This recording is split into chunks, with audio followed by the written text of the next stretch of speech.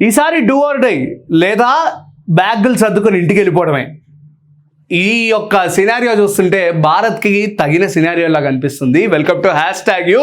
So ఏదైతే ఈరోజు match ఉందో ఇండియా వర్సెస్ జింబాబ్వే, మనం ప్రీవియస్గా మాట్లాడుకున్నట్టు ఇండియా కంపల్సరీగా 2 మ్యాచ్ల్లో 2 గెలవాలి. ఒకటి వెస్టిండీస్తో, ఇంకోటి జింబాబ్వేతో. రానే వచ్చింది ఆ సమయం జింబాబ్వేతో మ్యాచ్. ఈరోజు అయితే ఆల్రెడీ స్టార్ట్ అవుతోంది. ఇంకా ఈవినింగ్ మనకి మ్యాచ్ అయితే చూడబోతున్నాం మనం.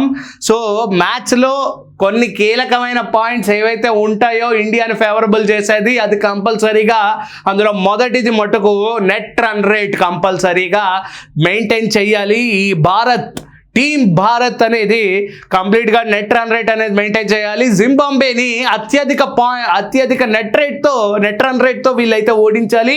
అండ్ దాంతోపాటు బాల్స్ ఏవైతే ఒకవేళ వీళ్ళు చేసింగ్ తీసుకున్నారంటే 2 సినారియోలు మాట్లాడదాం. ఫస్ట్ వీళ్ళు బ్యాటింగ్ తీసుకున్నారంటే కంప్లీట్గా సెకండ్ ఇన్నింగ్స్కి వచ్చేసరికి వీళ్ళ యొక్క స్కోర్ని మినిమం 50 to 60 రన్స్ తేడాతో జింబాబ్వే వాళ్ళని సెకండ్ ఇన్నింగ్స్లో ఇండియా అయితే ఆల్అౌట్ చేయాలి. అండ్ జింబాబ్వే వాళ్ళు వీళ్ళని 50 రన్స్ తేడాతో ఓడిపోవాలి కంప్లీట్గా జింబాబ్వే. సో ఇప్పుడు సెకండ్ సినారియో, వీళ్ళు ఒకవేళ బౌలింగ్ తీసుకున్నారంటే జింబాబ్వే ఒకవేళ 150 రన్స్ కొడితే సెకండ్ ఇన్నింగ్స్లో ఇండియా కంపల్సరీగా ఆ 20 ఓవర్స్లో 15 ఓవర్స్ ఆర్ 14 ఓవర్స్కే ఆ 120, 130 కొట్టేయాలి, ఆ 150 కొట్టేయాలి. ఈ యొక్క సినారియోలు ఏది మ్యాచ్ అవ్వకపోయినా ఇండియా ఇంటికి వెళ్ళే ఛాన్స్లు ఎక్కువ ఉంటాయి. సో సెమీస్కి వెళ్ళాలంటే ఈ మ్యాచ్ చాలా కీలకంగా మారబోతోంది. డూ ఆర్ డై అని చాలా యొక్క సందేహాలు, ఆ యొక్క క్వశ్చన్ మార్క్స్ అనేవి ఇప్పుడు ప్రజెంట్ ఉన్న ప్రతి భారతీయుడు క్రికెట్ లవర్ మీద ఈ క్వశ్చన్స్ అయితే పడబోతున్నాయని కూడా చెప్పుకోవచ్చు. సో ఈరోజు మనం నిన్న మాట్లాడుకున్నట్టు ఐసీసీ ర్యాంకింగ్స్లో ముందున్న ఇషాన్ కిషన్ అండ్ అభిషేక్ శర్మ యొక్క ప్రతిభ ఏదైతే ఉందో ఈరోజు ఈ మ్యాచ్లో కనిపిస్తే, సూర్యకుమార్ యాదవ్ కెప్టెన్సీ కూడా ఇది ముందుకు తీసుకెళ్తే ఈ యొక్క మ్యాచ్ని వీళ్ళు సెమీస్కి వెళ్ళే ఛాన్సెస్ చాలా ఎక్కువ ఉంటాయి. అండ్ ఈ యొక్క పాయింట్ పట్టికలో మనం చూసుకుంటే, మనం మొన్న మాట్లాడుకున్నట్టు ఇక్కడ ఇండియా గెలవడమే ఇంపార్టెంట్ కాదు, అక్కడ సౌత్ ఆఫ్రికా కూడా కంప్లీట్గా ఒక మ్యాచ్ అయితే కంపల్సరీగా గెలవాలి.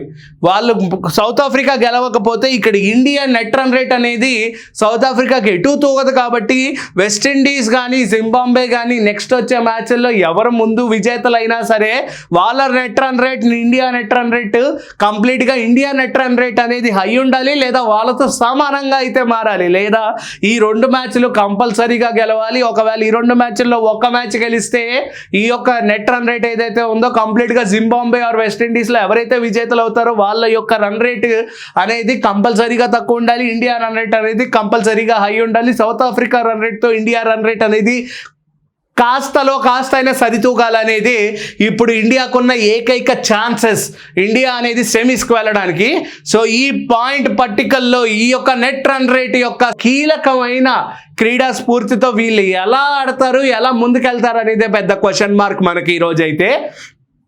సో అటు జింబాబ్వే చూసుకుంటే జింబాబ్వే కూడా చాలా ఆడి అండ్ సూపర్ 8 గ్రూప్ 1లో ఈరోజు నుంచుందంటే జింబాబ్వే కూడా తక్కువ టీం ఏం కాదు. అండ్ దాంతోపాటు ద గ్రేట్ ఎగ్జాక్ట్ వెస్టిండీస్ ఉన్నారు. సో ఇప్పుడు ఆ పేరు వాళ్ళకి సూట్ అవ్వదు, ఎందుకంటే ఒకప్పుడు వెస్టిండీస్ అంటే పక్క టీముల వాళ్ళకి పడిపోయేది సీరియస్.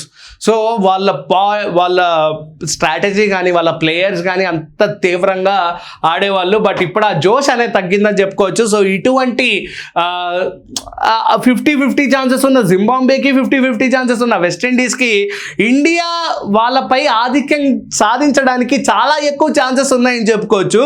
సో దీని మీద ఇండియా వాళ్ళు ఎంతవరకు వీళ్ళ మీద ఆధిక్యంతో నెట్ రన్ రేట్ అనేది సంపాదించుకుంటారు, లేదా ఐసీసీ ర్యాంకింగ్స్ వైజ్గా అభిషేక్ శర్మ అండ్ ఇషాన్ కిషన్ వాళ్ళు ఎంతైతే ఆధిక్యం చలాయిస్తారు వీళ్ళ యొక్క ప్లేయర్స్ మీద అనేది పెద్ద క్వశ్చన్ మార్క్గా మారబోతోంది. మనకి ఈరోజు మ్యాచ్లో మనకు అన్ని సమాధానాలు తెలిసిపోతాయి. ఇండియా అయితే సెమీస్కి లేదా ఇంటికే. సో దీని మీద మీరేమనుకుంటున్నారు? డూ ఆర్ డై అనేది నిజమేనా కాదా అనేది కూడా ఖచ్చితంగా కింద అయితే కామెంట్ చేయండి.